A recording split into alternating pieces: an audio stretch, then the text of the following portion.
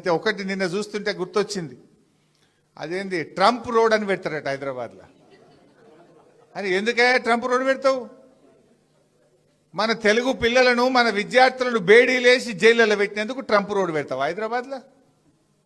ట్యాక్సులు పెంచి టారిఫ్లు పెంచి మన దేశాన్ని ఇబ్బంది పెట్టి మన దేశంలో ఇవాళ వ్యాపార సంస్థలు మూతబడి పిల్లల ఉద్యోగాలు ఊడగొట్టినందుకు ట్రంప్ పేరు పెడతావా? ఏం చేసిండు ట్రంప్? ఇలా మన పిల్లలు హైదరాబాద్ పిల్లలు అమెరికాలో ఉద్యోగాలు రాక నానా ఇబ్బందులు పడుతున్నారు. విద్యార్థులకు ఫీజులు పెంచిండు ట్రంప్. చదువుకోవడానికి అమెరికా పోకుండా ఫీజులు పెంచిండు. ఫీజులు పెంచి బేడీలేసి మీ టారిఫ్లు పెంచి భారతదేశాన్ని ఇబ్బంది పెడుతుంటే ఈయనట ట్రంప్ రోడ్డు పెడతారట. ఇది భారతీయులను అవమానించడం, ప్రజలను అవమానించడం. ఎవడన్నా ట్రంప్ పేరు పెడతాడు?